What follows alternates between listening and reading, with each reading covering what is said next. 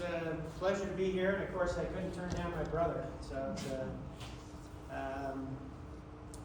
hopefully this will be interesting. I've tried to provide some things that I've learned over the last few decades that may be helpful to you as you get involved in innovations on new materials or new products.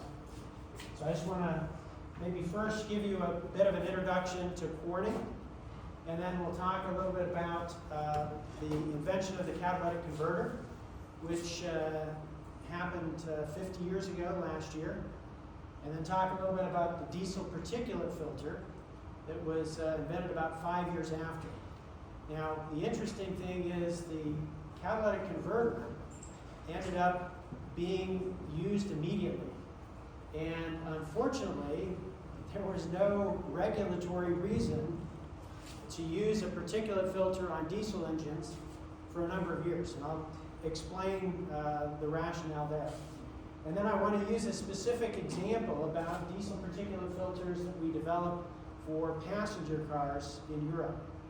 And that evolved after a series of materials into the development of aluminum titanate as a particulate material or a filter material. And then I'll talk a little bit about some of the lessons I've learned about innovation. So maybe just a little bit about Corning. Corning is a relatively old company, more than 170 years old, based in upstate New York. And our businesses are primarily based on glass science, ceramic science, or optical physics. So we've got more than 50,000 employees around the world. You can see, some of the particulars. Our largest R&D facility is also in Corning, New York. So we're about 45 minutes away from Cornell University, centrally located in the middle of nowhere. So, a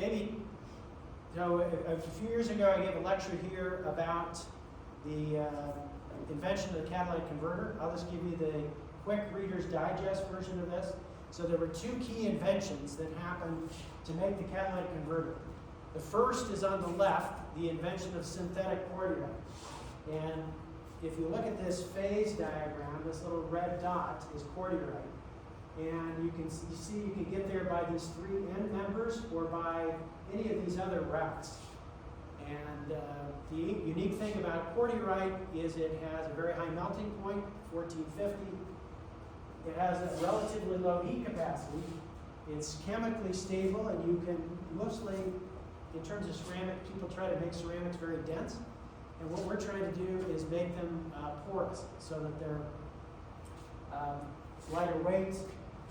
The other interesting thing that cordierite does is it has anisotropic coefficient of thermal expansion in the three axes. And you can also engineer it, as is illustrated here, you can engineer it so that it has what we call expansion joints or microcracks. So these domains open and close, but the macro body doesn't change dimensions. And this is pretty useful if you think about in your car in the morning, you get out, it's very cold, you start it up, and within a few seconds, or within a minute, it's 600-700 degrees inside. So you need a material that's pretty robust in terms of able to withstand thermal shock. And as a result of this unique both material and microstructure, it's super thermal shock resistant. The other parallel invention at the time was the invention of the die technology to be able to extrude ceramics. And this is an illustration of this die. This fellow here, Rod Bagley, got his PhD here at the University of Utah. And on one side of the die, there's holes. The other side is slots. This is the original patent. And what happens is it's kind of like a consistency of Play-Doh gets pushed into the holes, and the holes end at a slot. And so just to illustrate what happens here, as soon as it reaches the slot, it has nowhere to go, and so it spreads out in both directions. And it knits and forms this honeycomb structure. And those of you who are interested in this, we can talk about this at another time. The other invention that we'll talk a little bit more about is, once you have a honeycomb, you can imagine that if the walls are sufficiently porous, you can have gas flow across the wall. And if you control the porosity, you can actually capture stuff on the inlet side. And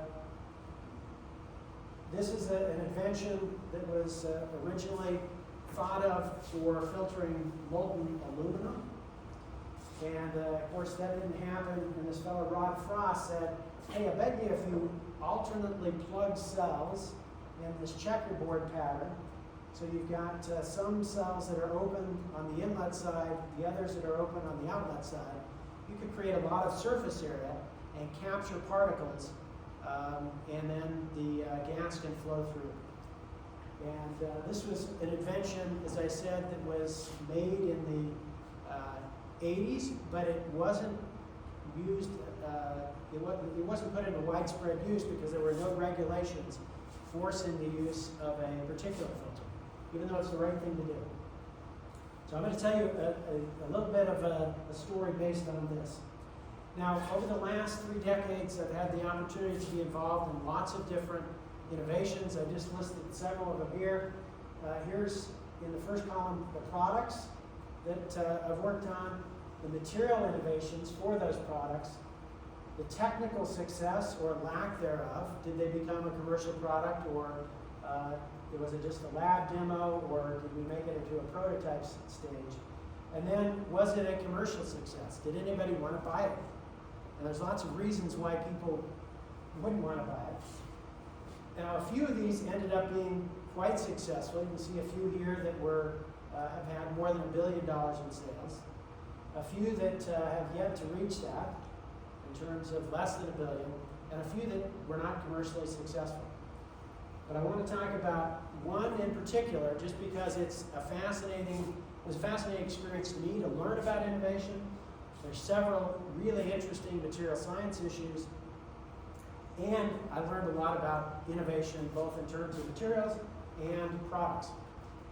Now, with that said,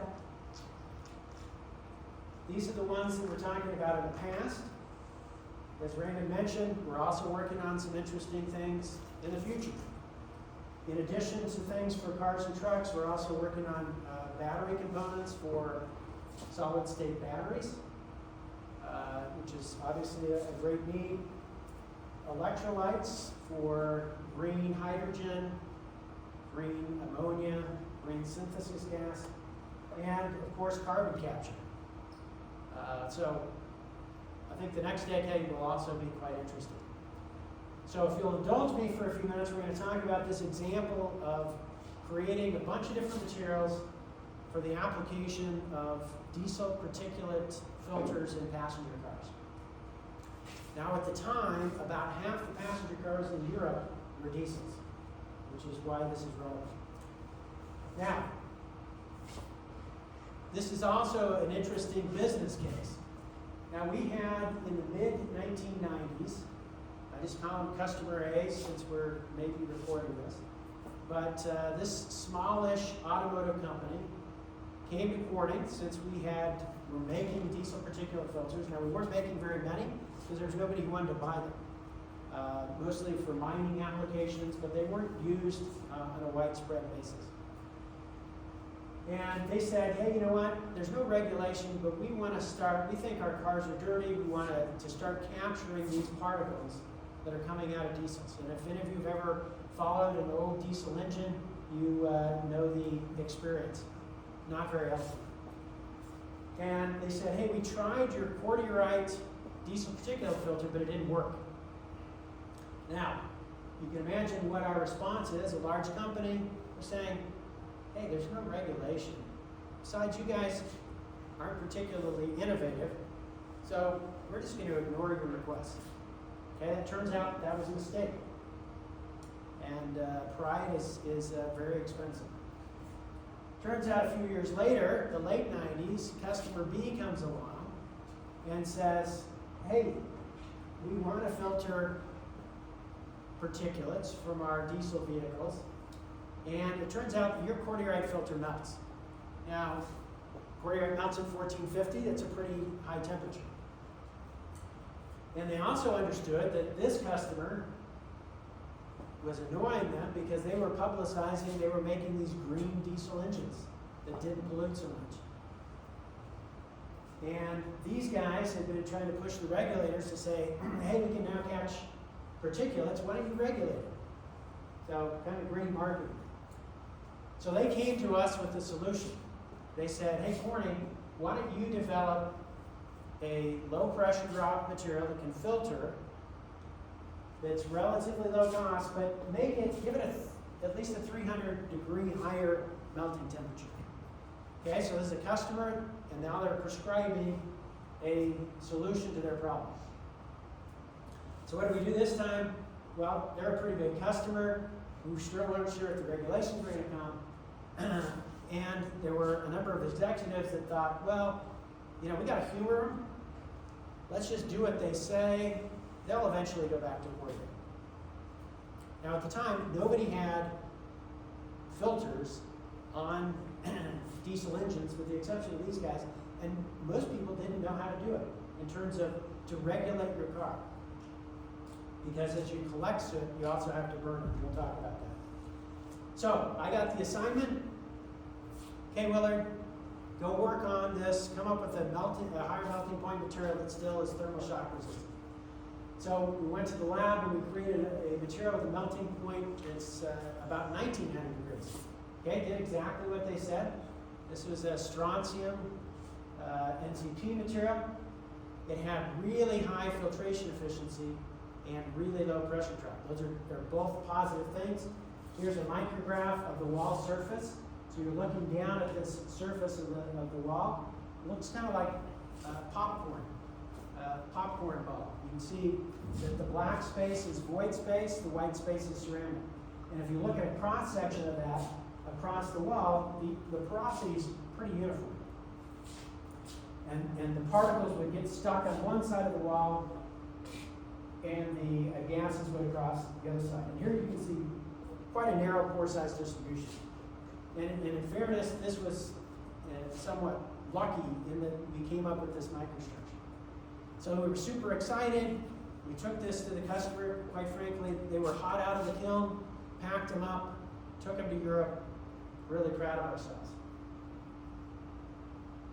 But there's a problem. It didn't solve their real problem. Now, it filtered, and it had a great melting point, and it had a really low pressure drop. Matter of fact, the pressure drop, or the resistance to flow as the engine is pushing exhaust through it, was so low that they could load twice as much soot on the filter before they reached the limit where they wanted to do a regeneration, which I'll talk about in a few minutes.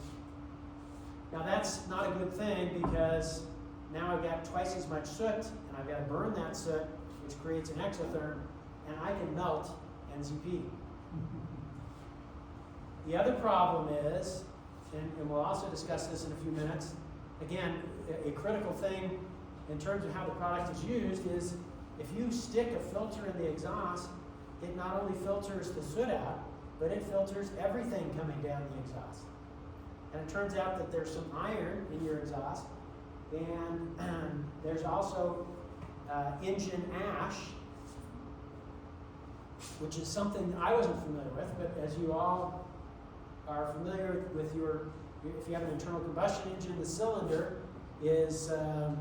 has oil that is keeping that cylinder lubricated. Now during combustion, part of that engine oil also burns. And those components are intimately mixed with the soot as it goes down your exhaust, and they get captured in the filter just like everything else. Unfortunately, since they're not carbon, they don't burn, and so they stay in the filter. Some of these materials are glass formers, and you can also form eutectics and things. So we did exactly what the customer asked. It didn't work. Now, we have the hindsight of 20 years. I just want to show you how this product works. This is an illustration. Now that we have clarity, but at the time, we didn't know, and the customer didn't know. So I'll just narrate this. This is actually a gasoline particulate filter, but it's the same thing for diesel. You wouldn't have a spark in the case of diesel. Sorry, there's no noise, but you're essentially producing exhaust that has hydrocarbons, NOx, carbon monoxide, and soot. The first component in a diesel would be a diesel oxidation catalyst. In the case of a gasoline particulate or gasoline, it's a three-way catalyst, and it neutralizes these harmful gases. It doesn't do anything for the particles, though. Those particles sail right through the open honeycomb and into the particulate filter. And in the particulate filter, in this illustration, the black is carbon and the blue is exhaust. For the other gaseous species, the gas can pass through the porous wall, and the particles get stuck on the wall. And then, as the resistance builds, occasionally you have to heat up the filter and burn that carbon to clean the filter. And it's packaged in a mat and then in a can and welded into your exhaust. And it essentially takes care of all the particles in your exhaust. Great concept, but it's a little tricky in terms of how do you know when to regenerate this? And how do you know how to control it? Now, the computer of your car actually controls it, but there's a lot we had to learn to figure it out. So just to illustrate this, pressure drop on the y-axis, soot loading in grams on the x-axis. And here's like a clean microstructure, that illustration that I showed you before. And as you start to load soot, as it goes through in this direction, some of that soot starts to penetrate in the wall, because soot is between 10 nanometers and maybe a micron. And the pores in this wall are several microns. And so they start to embed, and the pressure drop goes up. And then it starts to build on the top of the wall, because the soot starts actually doing filtration. And then as the soot deposit grows, you can see the pressure drop starting to linearize. And then at some point, it's grown so much that the engine says, hey, I'm working too hard, it's time to regenerate. And the slope of this line is dictated by the pore size distribution and the percent porosity. And the slope on the other line is driven by the macro cell density, wall thickness, and surface area of the filter. So here's another illustration. You got the soot coming in. It's creating a layer on the wall, as we saw, from a clean pore to soot in the pore, and then soot on the wall. You can see that a number of elements are actually things that can burn, but you see there's also some stuff that doesn't burn. And as we illustrated in the last one, you have this pressure drop. Then I have to add heat. So there's two things that can burn soot. There's oxygen and NOx. And they do it at different temperatures. Oxygen is much more effective at high temperatures, but if you're going to clean that filter, you also have to be very careful about what the inlet temperature of the filter is. The higher the inlet temperature, the faster that burns, and if you're trying to protect your filter, you want it to burn relatively slowly. But as you start burning, the volume flow inside the filter gets higher, and so the pressure drop raises. And then if you think about your fire triangle, you got oxygen, heat, and fuel, you can create a fire. And that's essentially what's happening on diesel engines, is they're burning that soot inside the filter. Now, you got to be careful, because there's only two places the heat can go. Ideally, you want the heat to be carried away in the flow. And then everything is great. If something happens and the exhaust flow can't carry that heat away, there's only one place for it to go, and that's to be absorbed by the filter itself. And as you saw in the case of that NZP material, even though it had a 1900 degrees melting temperature, it's still melting. Actually, I can melt silicon carbide. It's actually not that hard. So the reality is you gotta figure out how to control or how to modify what we call uncontrolled regenerations, which I'll explain in a minute. And then of course if you've controlled it, once the regeneration happens, the filter's clean, the car's happy, and you can go on your merry way. So I mentioned about ash. So ash and soot are intimately mixed. When you regenerate that filter, especially if you do what we call an active regeneration, then the soot is gone and you get this layer of ash, and you get ash at the back of the filter. Now we size filters in a passenger car such that they can, the filters can store the ash for the life of the vehicle. In a heavy duty vehicle, these filters are pretty big, but you have to clean the filter 2 or 3 times over the life of the vehicle. You essentially pull the filter off, reverse the flow, and flush out the ash. What does the ash look like? So here's that filter wall, and here you can see this layer of ash. It's super high porosity. It's like 90% porous. So it also actually makes a good filter. And you can see here, this is the inlet side. This is a vehicle that's run 240,000 kilometers. And you can see the plugs here, but this layer of ash here at the back of the filter. While this CT scan is not high enough resolution, there's also ash on the walls. So the really fascinating thing about a diesel particulate filter is because of this effect of ash, when you put that on your vehicle, it only gets better with time. It gets higher and higher filtration efficiency. If you think about your furnace filter, or if you have a HEPA filter in your house, those get worse with time. This gets better with time. Okay, so what can happen? What can go wrong? Well, here's a couple of examples. Here's a silicon carbide filter that's cracked to smithereens. Here's a cordierite filter that's melted. And so what you'd like to do is keep the filter below about 1050, 1100. Because as you start to go higher, this ash starts to form secondary phases, and at higher temperature, it can start to melt your filter. This ends up being a great way for us to do a post-mortem on a filter, because I can tell you, if you bring me a filter, I can tell you exactly what temperature it went to inside because of this artifact of ash.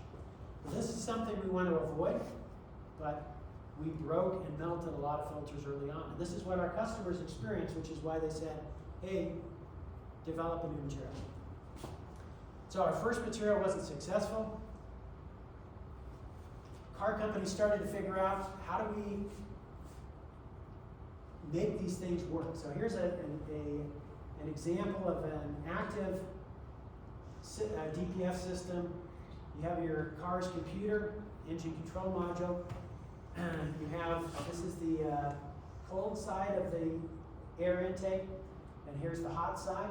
Typically the turbocharger, in this case an oxidation catalyst, and a particulate filter. Now they were monitoring the pressure drop across the filter to say, when is it time to regenerate?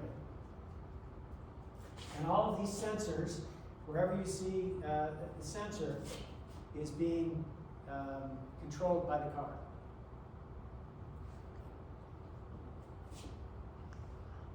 Now, as you'll see in later embodiments, we actually had to add more on the back of this to solve the NOx problem. And so what they do with this active regeneration, this is an engine map of different engine speeds and the BMEP, the pressure, and you can see that these are temperatures across this engine map. So you can imagine when your engine's working really hard, the exhaust is hotter than when you're near idle. Now, if you're going to regenerate a filter in almost any condition, you have to figure out, okay, how can you raise the temperature that naturally occurs here such that I can get hot temperatures to do an active regeneration in any part of the drive cycle. And so essentially, they have a lot of tricks with injectors. The most common is called post-injection. So you do a combustion cycle, and then as the exhaust is leaving, you start injecting fuel. And that raw fuel starts going down, and it hits the oxidation catalyst, and then creates an exotherm to heat up the filter and regenerate it. It's pretty clever technology. Now, early on, sadly, they were doing everything like turning on the heated seats, turning on the windshield defroster, the back defroster, trying to put a load on the engine, but to make the engine work hard. Now, this soot oxidation that I talked about in terms of active regeneration, in a diesel engine, normally, there's always plenty of oxygen, but there's not enough heat. Diesel engines run pretty cool. In the case of gasoline, it's just the opposite. And so you got to figure out how you can create the heat since you have plenty of oxygen. Now, normally, you want to initiate a regeneration in the 6 to 10 grams per liter range. You could wait longer, but then I've got more soot. I've got this huge amount of energy to release. I could do it more frequently, but then I'm wasting fuel, sending it down the exhaust. And so they also would try to do these in a frequency of, say, 1 or 2,000 kilometers, every 1 or 2,000 kilometers, and then they want it to be complete within 10 or 20 minutes. So here's an example. So here's the mass flow in this axis, and as well as the temperature. So the black is mass flow, and these are these thermocouples here. And you can see that this inlet thermocouple, the white thing, is before the diesel oxidation catalyst. The red one is after. And then this is what's happening inside the filter. So this is a regeneration happening on the Autobahn, and you can see the temperatures pretty well controlled. Maximum temperature about 700. So there's lots of materials that can handle that. Here's also an example of an interrupted regeneration in the city. So you can see this is a much lower speed, kind of 20 to 40 kilometers an hour, not very fast. Here's a case where the regeneration started, and then the driver, pulled into the grocery store. So they, next time they started the car, the regeneration starts to continue. And again, even in this super low city mode, you can see this little peak at 800. But other than that, it's pretty well controlled. So it took a long time to be able to do that, but that was a helpful thing. So with that as kind of background, here's what they asked for initially, and then here's what we ended up in a commercial product. So filtration was still that request. They want to catch the particles, low pressure drop to minimize fuel penalty, the ability to withstand high temperatures. Okay, remember the original quest? Hey, just give me a higher melting point material. And they still didn't know how to regenerate. And then, hey, I've got to do a regeneration regardless of the material. We also, they and us, didn't know about all of the things you would catch inside a filter, including this ash. And then they said, you know what? As long as we got a filter, let's put a catalyst on it. That's a great idea, except for when you put an oxidation catalyst inside the filter, the exotherm gets worse.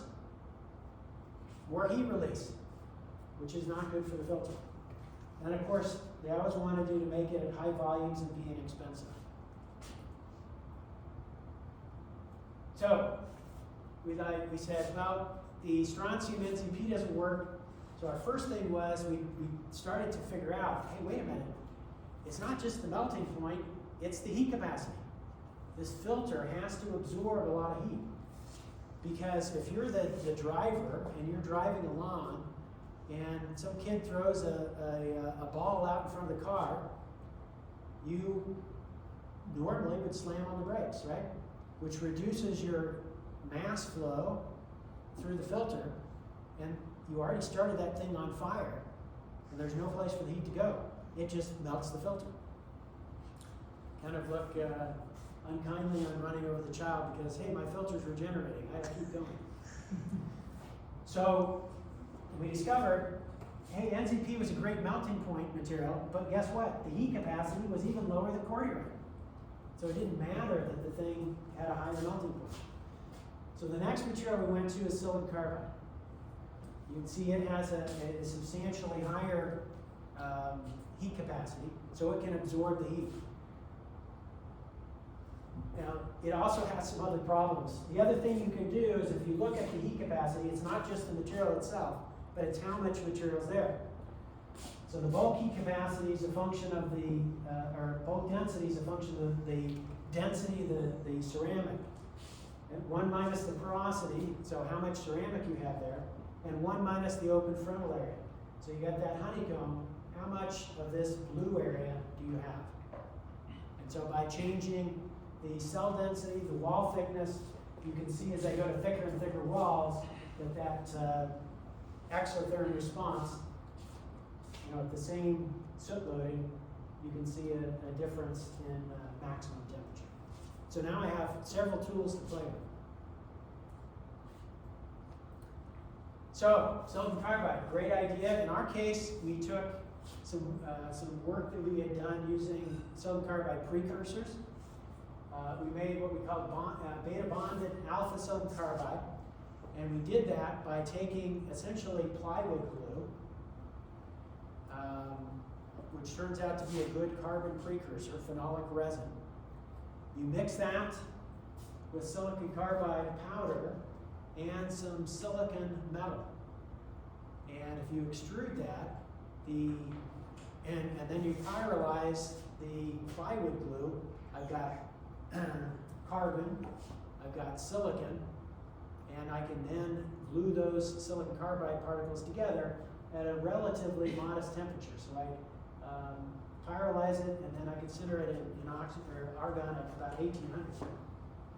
If you're sintering just silicon carbide by itself, it's typically over 2200 degrees C. So this seemed like a good idea. Had, again, a nice microstructure, the low pressures up, and you can see that here is that original cordierite, and you can see at the same soot loading, I get a much lower temperature response. So this seemed like a pretty good product. Problem, it has a couple of problems, 3 problems. One, it's expensive, right? I'm sintering stuff in argon. Turns out that silicon carbide has a pretty high coefficient of thermal expansion. So if I make it as a monolith, if I made this thing as one piece, when I do a regeneration, if it's quiet, it sounds like popcorn popping. Ping, ping, ping, ping, ping, ping, ping. So you have to segment it to limit the area or the volume over which the stress can build up. Well, those seams also take up filtration space. And so I end up having a pressure drop penalty of about 10 to 15%. Now, we thought this was going to be a major problem, having a higher pressure drop, but more isn't always better. And this is something that I think you will find in your research, is in some cases more is better, and in some cases there's a threshold value, and they won't pay you a dime to go over the threshold.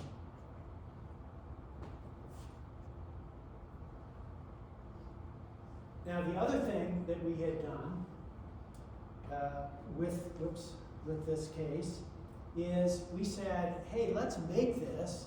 We hadn't made the NZP this way, but we said, let's add enough porosity here. Let's make the pore size big enough that I can add the catalyst inside the filter. Now, what does a catalyst look like? Now, the first catalyst, the first DPF system by Peugeot had a fuel-borne catalyst. So what they did is they stuck the catalyst inside the fuel. So it's like STP treatment. But they essentially had a separate tank that had, first of all, it started with a ceria-based additive, and then they went to an iron-based additive. And that would help burn the soot. great idea, except for it creates a lot more ash, and it's more complex. So Peugeot used this the entire time they had their systems, but nobody else followed. Everybody else decided to put a catalyst on the filter. So here's in a diesel oxidation catalyst, here's a porous wall, and this stuff right here is the catalyst. When you put it on a particulate filter, it's just all in the wall, because the flow still has to go through. Now, one other thing before we get to the next point is, what about all this ash that's created? So one other innovation that we made, which was an innovation on the geometry of the filter, was normally your cells, the inlet and the outlet cell, are the same size. Problem with that is only the inlet cells are getting dirty. They're getting soot and ash. So we said, hey, let's move some of that surface area from the inlet cell, or from the outlet cell to the inlet cell. And so we made these cells that are much bigger on the inlet side, gives you this appearance. And what this does, if I look at pressure drop versus ash as the vehicle accumulates time, and this is at different soot levels, so 0, 4, and 8 grams per liter. You can see that as I get a lot of ash and soot, that I can store a heck of a lot more ash in that filter in this case than I can in this case. And so this was the second innovation we put when we made our third attempt. And I'll explain why we didn't just stick with this second attempt, which worked technically. And this is a real life thing that may happen in your innovations as well. So we had this great filter. Customers are testing it, giving us the thumbs up. Hey, this looks really good. The problem is, here's Corning's stock price over time. And this happened to be the telecom boom and the telecom bust. When we started developing this silicon carbide filter, we had oodles of money. And so the fact that I needed to buy kilns that fire in argon, and I had to create the machines to assemble filters, that was not a big deal. Well, unfortunately, due to this crash, we were poor. And I had to go back to all these car companies that I give these samples to and say, just kidding, we're not doing it. It wasn't very fun. And quite frankly, we wouldn't have a business today except for the fact that by this time the regulations had taken place in Europe and car companies couldn't get enough of these filters. And car companies are not big fans of spending extra money on things, but if you're required to do that in order to sell a car, you're pretty motivated. Now, fortunately, in parallel, we had started work on other materials that could also be high heat capacity and high temperature. And so this is really the birth of aluminum titanate, which I'll cover next. So on the left-hand side, melting point, and the right-hand side, heat capacity. And you look at this for these two different materials, cordierite and aluminum titanate. You can see the melting temperature still quite high, higher for aluminum titanate. But now I had a volumetric heat capacity that's quite high. So essentially what we did is we mimicked the heat, or found a material that would mimic the heat capacity of silicon carbide. But I could make it as a monolith because I wanted to use the same equipment I already had, the same furnaces, the same extrusion. I didn't want to have to assemble it. And this is the kind of microstructure that we came up with, aluminum titanate plus this feldspar phase. And the reason for this feldspar phase was twofold. One, it ended up making aluminum titanate much more stable, which I'll talk about in a minute. And the second is it reduced the firing temperature. to something that was more reasonable. Now, we also had to induce microcracking.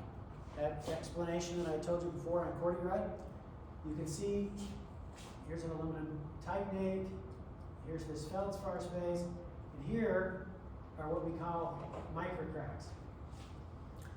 Now, if you're an automotive engineer or maybe even a mechanical engineer, you would say, crack, that's bad. So we don't talk about microcracks with our car customers generally. We talk about it in the case of expansion joints, just like you'd have on a bridge. And essentially what happens with these microstructures, the entire body doesn't expand and contract much. But this microcrack opens and closes. And of course you have to get the microstructure just right so that you make that microcracking super stable. Because it has to be stable over 1,000,000 miles or lots of thermal cycles. Here's just a few more examples of these expansion joints with the aluminum titanate phase. Here's the cross section, and then here's the interior of the channel wall. So you can see there's lots of different places for the gas to flow, which is important both in terms of filtration efficiency and in terms of pressure drop. And of course we also created this so that the orientation of these kind of 10 micron grains and these bigger 50-ish micron domains which control microcracking were appropriate. And again, as I said, you got to talk to your customers in a language they understand, not in a language that is our material science jargon. It scares them. And then it creates more work for you. So in terms of coefficient of thermal expansion, here's a little bit of an explanation. So aluminum titanate, like cordierite, has a different CTEs in different crystallographic directions. The average is about 10 times 10 to the 6th, or about 10 to the minus 6. But if we induce microcracking, we can get it down to 0.3. So you can make it really low. Cordierite is inherently much lower CTE, but as we induce microcracking, you can see I can get it down to that same range or even lower. Now, there is a problem with aluminum titanate. It's not thermodynamically stable. That's a problem. It starts to decompose below 1300 back to aluminum, aluminum oxide, and titanium, which is another reason why we needed to stabilize it. And there were a bunch of people with a lot of experience said, you'll never do it. It's this application, it won't work.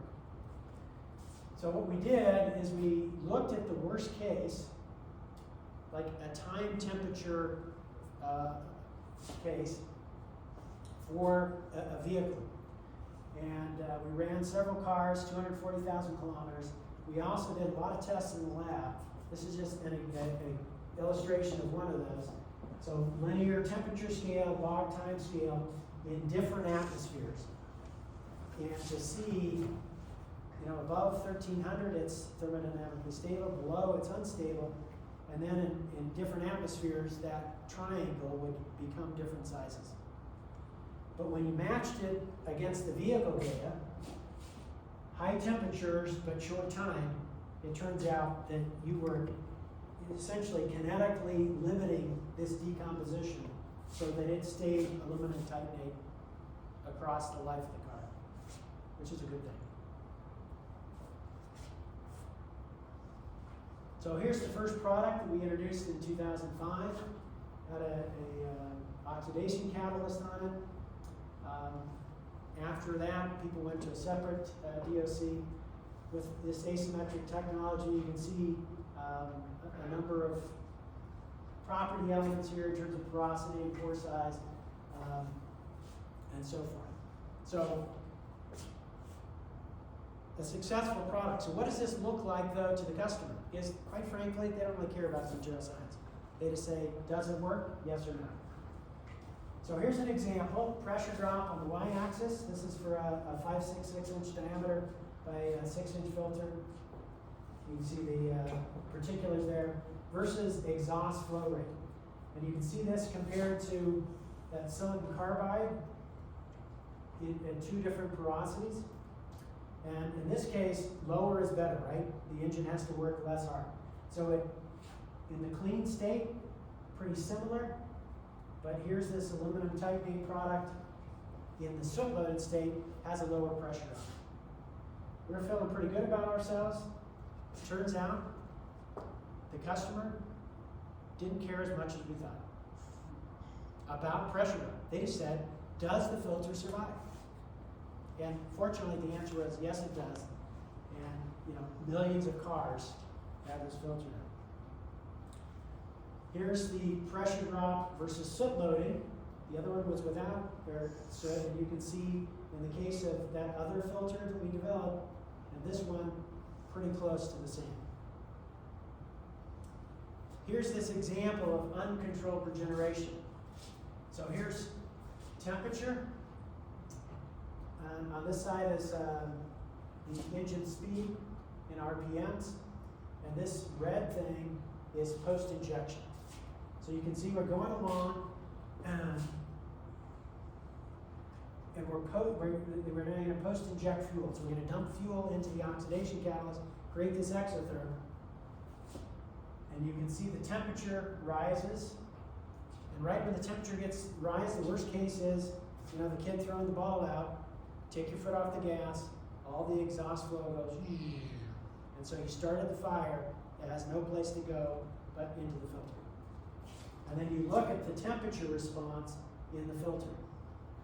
And you want to make sure that this is in a reasonable range. And so we put about 30 thermocouples in, and we would do this time and time again to create what we called a filter map, to tell the car company, here's how you can use this filter safely in your car. Because remember, they're trying to calibrate this, their engine control unit based on this. So he said, if you keep it below about 1,100 degrees or 500 degrees C per centimeter, that's a pretty big gradient. On a regular basis, you're going to be fine. All of these are just fine. When you start to get these little explosions, that starts cracking, and then higher you would melt it. And we said, occasionally you can use it up to 1,200 or 600 degrees C, but don't do it take it to those limits on a regular basis.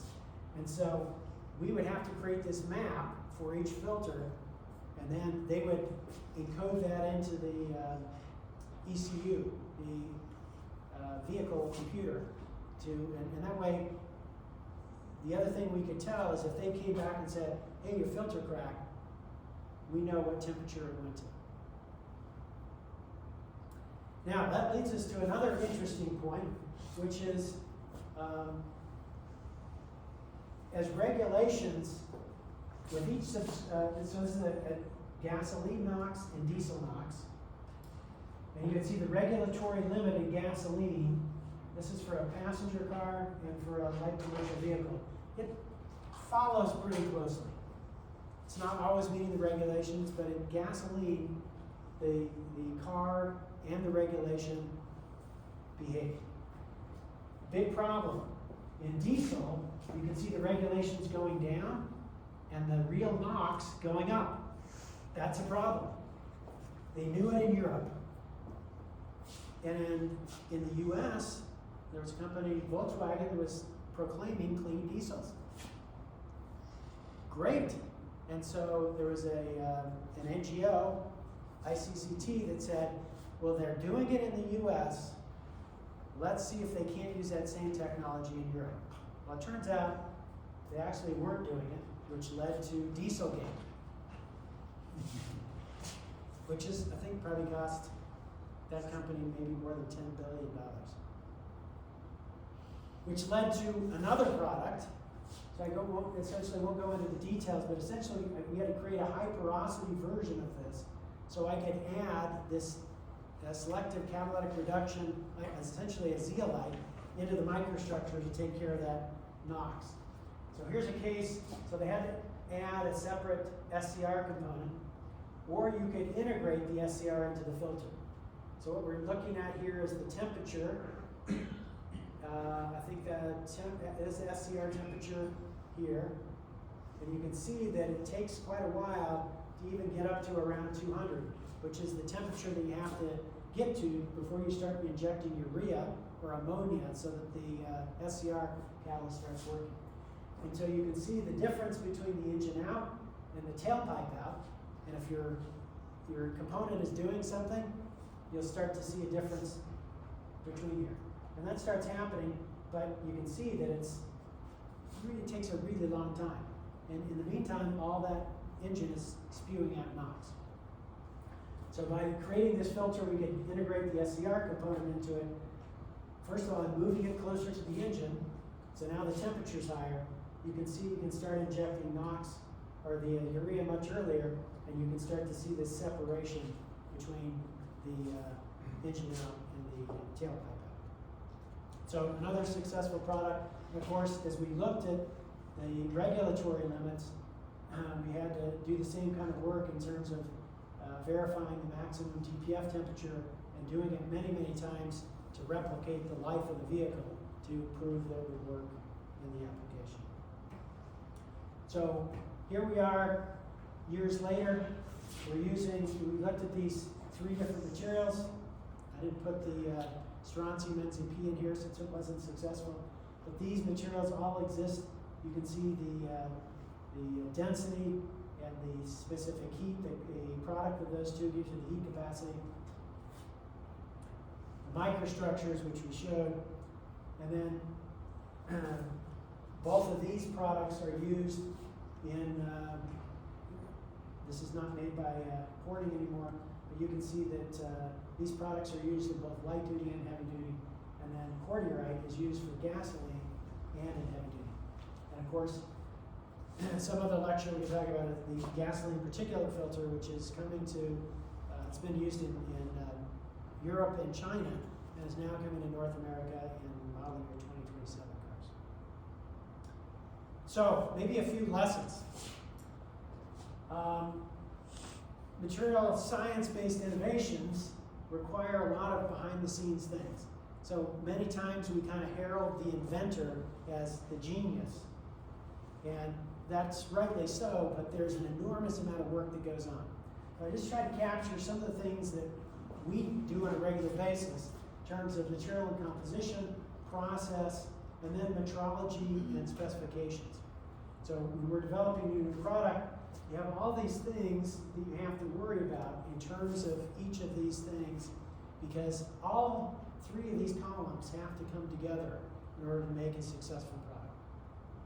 And it really takes an army of people. Now, in spite of this, some of these things can be done at the lab scale, but then have to be validated at kind of mass production scale. And things are absolutely going to go wrong. There's not a single innovation where things don't go wrong. And you're going to need a solution. And in some cases, we've said, you know what, I'm going to wait until the problem arises and then I'll solve it. And my experience is you pay a lot more to solve the problem than if you think about what could go wrong and you start finding solutions before you find the problem. Because you're going to pay, but generally it's cheaper to find the problem before, or at least a subset of the problems. So maybe just in conclusion, I want to share a few things that I've learned, and some of these are, I think, quite general for any innovation that you think about working on. That first one, you got to do what the customer asks, because customers are a little bit picky that way. If you offend them, they're paying your bill. But don't always believe them. You got to do what they ask, but you also have to solve their problem, which in my experience is more than half the time is not, they don't have the solution. So you got to both solve their problem and do what they ask.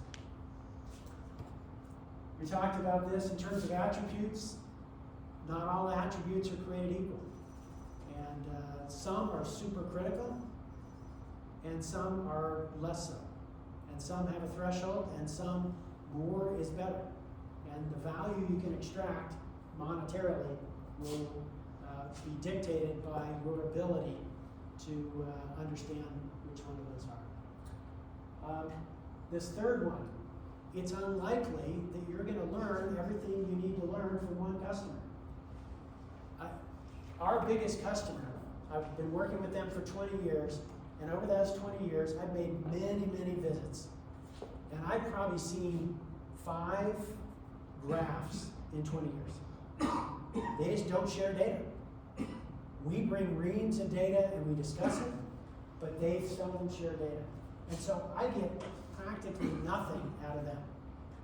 And that's why I've got to triangulate with a bunch of other customers who do share to figure out what's going on, even though their systems are a little different. So better to have more than one.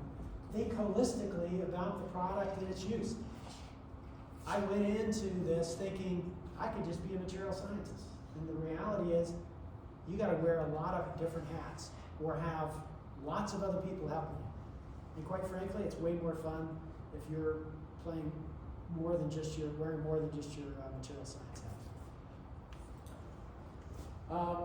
You got to understand how a product is used in the customer system. And there are, certainly in our optical fiber business, there's a roadmap, and you just meet,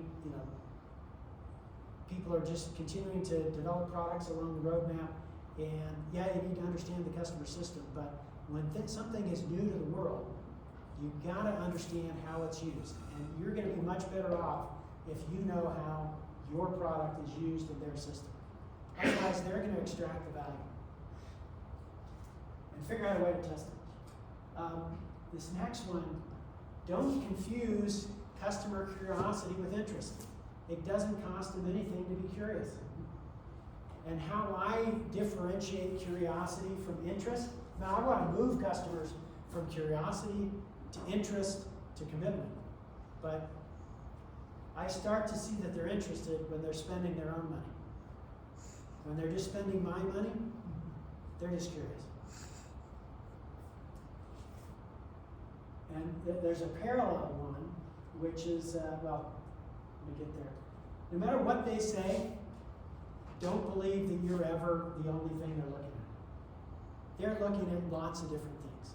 And the only way you win is twofold. One, you have the best solution. And it doesn't have to be the greatest technical solution, but it has to be the best kind of all-around solution, technology, price, capacity terms, and so forth. But never fool yourself into thinking that you're the only one, because it'll burn you. The other thing is, I found that at customers, there's many people that feel they're important. All of us want to be important, right? I made a mistake, turned out to be like $1 million mistake with one of these car companies. This was early on when we were doing NCP. And this was, I said, hey, I got this guy at this car company, he wants to test it. It turns out this person had absolutely no authority. And we would, march to this customer. They would give us all kinds of homework. We were renting outside dynamometers, reams of data, bringing it back, and then they'd give us more work. Turns out this guy, I was just exasperated. I said, would you buy this thing if I gave it to you for free? And he kind of looked a little sheepish and was like, no. Then why are we talking? Turns out that this guy had no authority. I was just fooled because he worked for this huge car company. I didn't know he wasn't a decision maker. So that led me to understand that you got to find the right people, because everybody will occupy your time and money. Nobody's going to tell you, oh, don't come to me, I'm not important. They're curious. They'll spend your money. So make sure you're talking to the right people. People make decisions. I thought people were just going to look at the data and say, okay, A is better than B, let's go. No.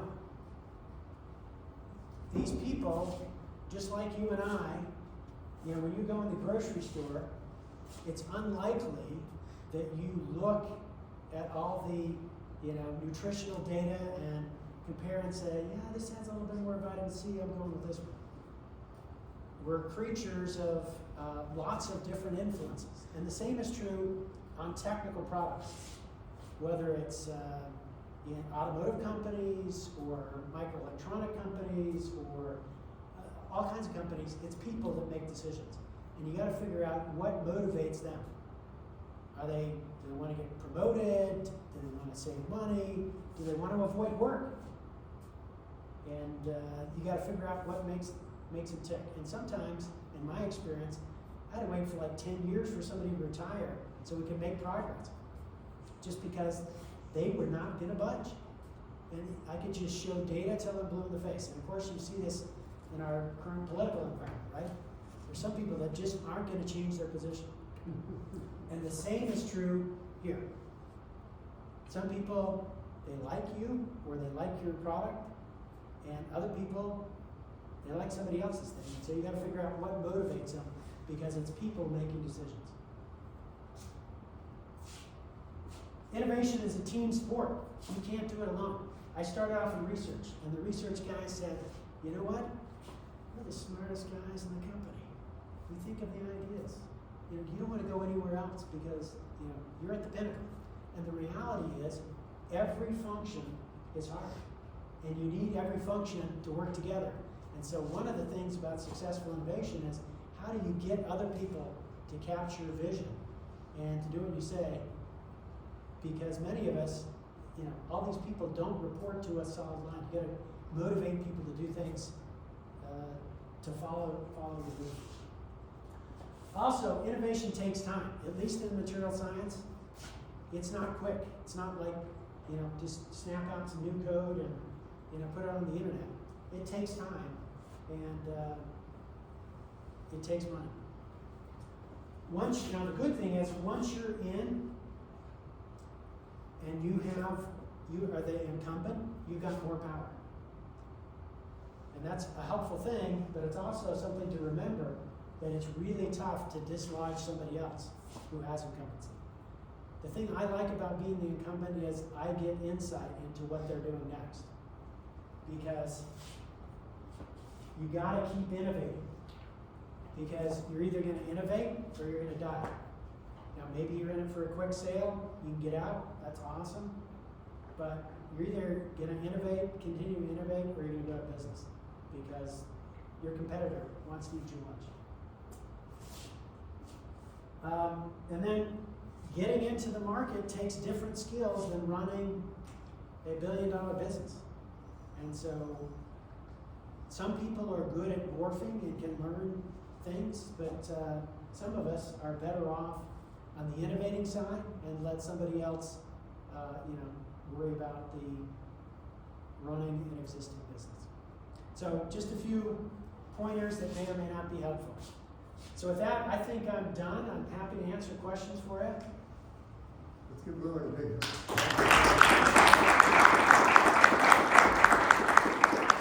Willard, can you talk about the amount of pollution that has been reduced by what you've been doing? Oh, in the U.S., so worldwide, I can't personally take credit for this, but it's tens of millions of tons of pollution, and it's literally hundreds of thousands of lives. If you go to the US EPA website, they have that for the US, but it's the technology exists to do even more, but people are, you have to look at the whole macroeconomic situation, and typically people only do things when they're required by law. But certainly it's fun to be able to both make money and make the world a better place. Other questions or comments? Yes? Across many of these examples, you had sort of a situation where you had a product and it either met or didn't quite meet the demand, and it was going back to the drawing board in some sense to find something new. Yep. Can you talk a little bit about what that process was like? Was it a lot of actual R&D to discover these new material compositions, or was it more or less identifying existing or promising technologies within the literature or within the research space, and then simply finding a way to scale that? Some of each. I mean, there aren't that new, huge new classes of materials out there. It's more, how do you, like, we didn't invent aluminum titanate, but we invented a way to make it, kinetically limited so that it would be stable in an environment for automotive exhaust with the right mean pore size distribution. So a lot of it is, you're looking at the literature, you're depending on, kind of your experience, and you're saying, hey, how can I, we didn't invent NCPs either, but we invented the version that gave me the right microstructure. And quite frankly, a lot of this is intimately mixed with the process. My belief is you can't do material science and process engineering separately. Because if you do, you'll get super frustrated. Because you'll have something that works, and then you can't scale it up. So it's in my experience, it's a series of, it's like life. You have highs and lows as you're going through this process. I mean, I remember at this customer when I had to go tell him that, that silicon carbide we spent the last 2 years on, and you just spent $500,000 testing it, and you gave me the thumbs up and you said you like it and you're gonna put it in production. And I come back and say, you know what? We're working on something even better. We're not gonna sell you that. And of course, they do the translation and like, did you just tell me that you're not working on that anymore? It's like a gut punch. So there's, I think it's fortunately it happens over such an extended period of time that it's, this was a snapshot that at least in my experience, it's easier to digest as you're going through these iterations of what works and what doesn't.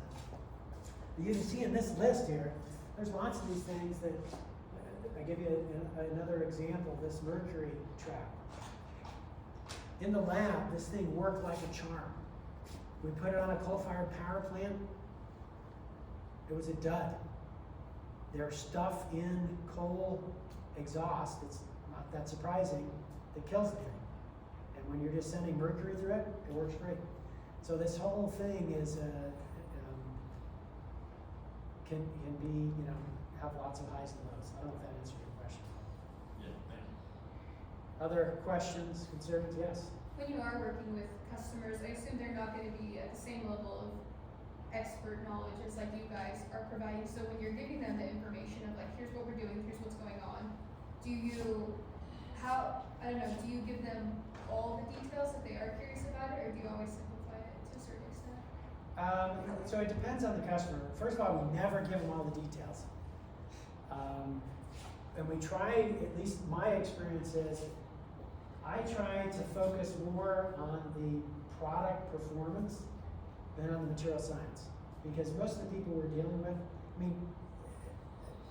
if you get an example in this space, there are a lot of people that understand some material science, but there's a lot of people that don't. And you're often essentially trying to sell something to somebody for a use, and they don't really care about the background. Now sometimes you have to explain the background, and you often have to explain more details than you'd like, because they're often, you're creating specifications, and you're often negotiating these, and then you're also, they tend to come and audit your plant.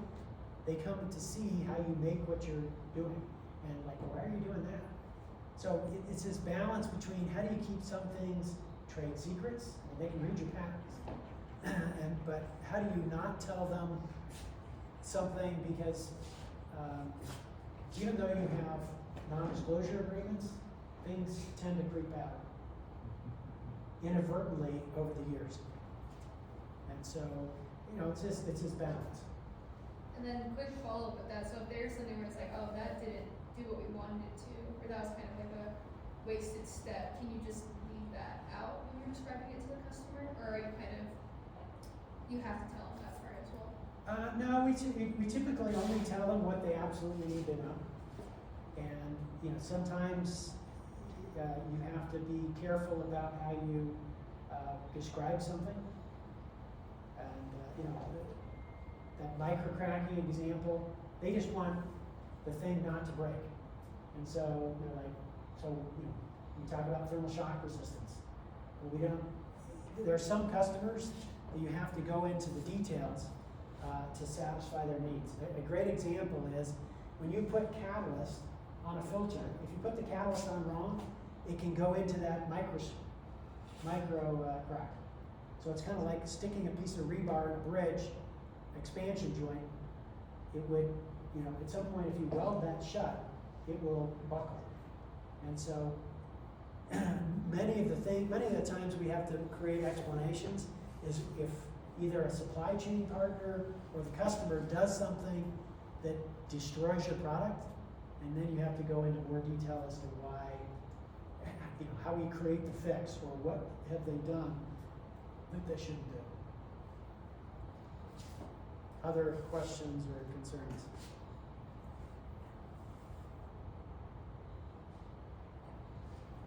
Okay, if not, thank you for coming, and if you want to talk about any of these other ones some other time. Maybe everyone has other questions, come up and talk to Willard. Let's give him a great big round of applause.